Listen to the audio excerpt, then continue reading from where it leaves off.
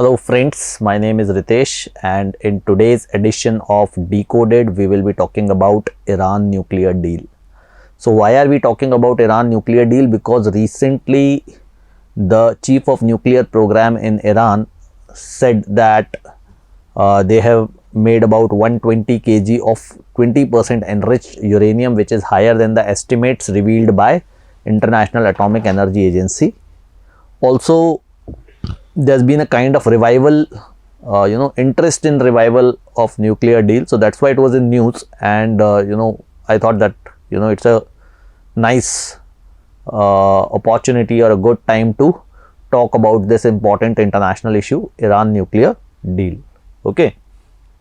So what is Iran nuclear deal? So it's also known as Joint Comprehensive Plan of Action. Okay.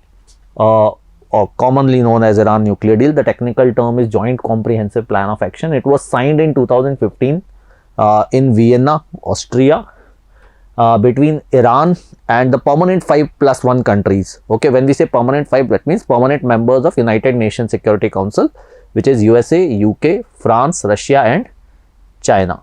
Along with that, Germany was also there.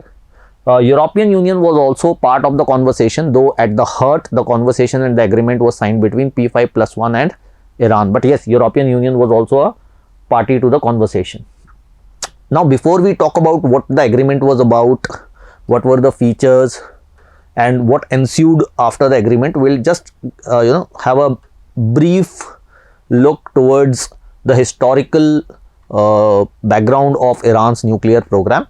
What has transpired. So I mean, ironically, earlier Iran was receiving nuclear assistance from USA itself. Okay, under Atoms for Peace program in 1970s, Iran received assistance for its nuclear program from United States. And in fact, Iran signed a NPT or Non-Proliferation Treaty in 1968, which ultimately got ratified in 1970. Now, everything changed after the Iranian Revolution when the Pahlavi dynasty was overthrown and the new regime came in under Ayatollah Khomeini. Now, this regime led by Ayatollah Khomeini was, anti-USA, okay? And, it stopped having nuclear, ultimately it ended the nuclear assistance which the Iran was receiving from USA.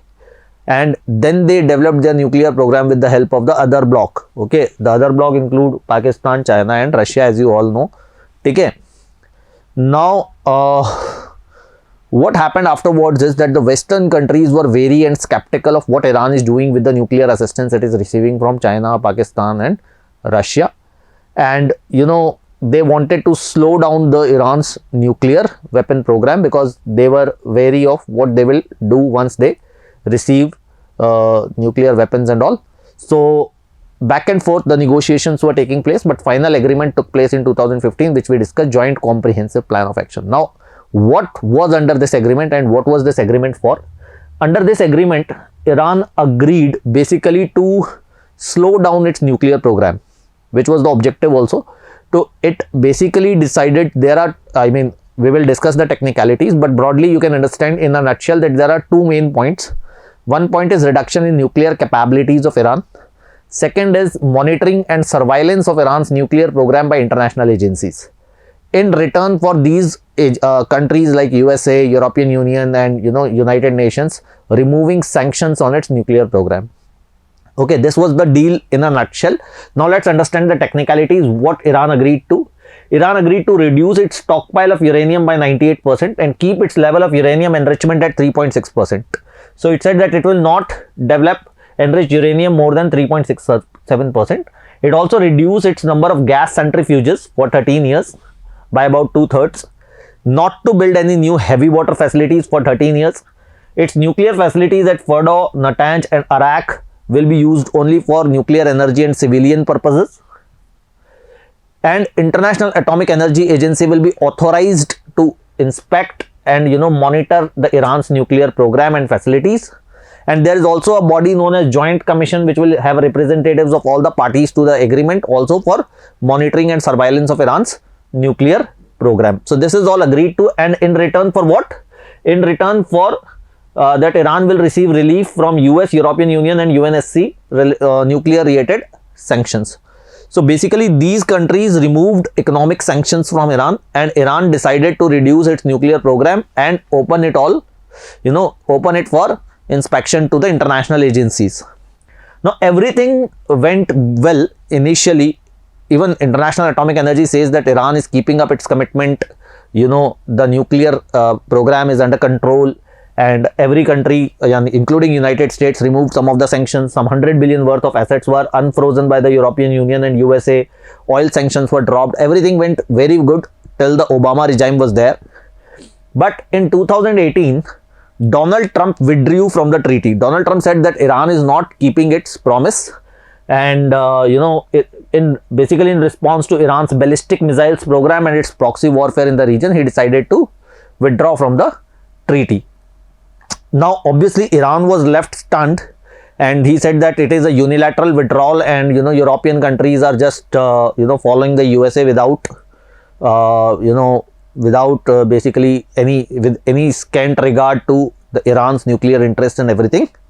And Iran then, after that, Donald Trump withdrew in 2018, and in 2019 Iran also broke its commitment, and it broke the upper limit of enrichment of the uranium, which was 3.67% in 2019. ठीक है. Now जैसा मैंने अभी आपको बताया कि अब तो 120 kgs उन्होंने बना लिया with 20% uranium enrichment, so obviously the limits have been broken. ठीक है. फिर जनवरी 2020 में ईरान की एक बहुत इंपॉर्टेंट पर्सनालिटी थी Qasem Soleimani. He was the chief of Islamic Revolutionary Guard Corps, जिसको यूएसए ने ड्रोन स्ट्राइक में मार दिया. और उसके बाद तो फिर ईरान ने कह दिया कि now we will not follow any agreement under JCPOA and we will breach every limit and we don't care. ठीक है. So the deal was completely broken into haywire. The other countries were trying to keep its commitments, but it became much more complicated.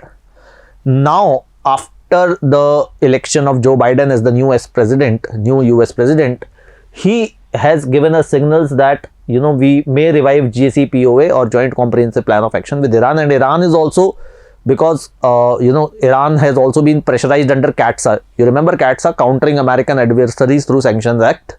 तो उस पर भी Iran पे काफ़ी सारे sanctions लगाए हुए हैं. हम खुद जैसे इंडिया इटसेल्फ ऑयल नहीं ले पा रहा है ईरान से, तो Iran is also worried about that. So revival of JCPOA is in the joint interest of both USA and Iran and other countries also like India. So what would be impact on India if the JCPOA gets restored? तो boost to regional connectivity. देखो Iran के साथ ना हमारे बड़े strategic interest है. For example Chabahar port, जो कि हमने ग्वादर पोर्ट से पीछे बनाया है. ठीक है, it's a very important port.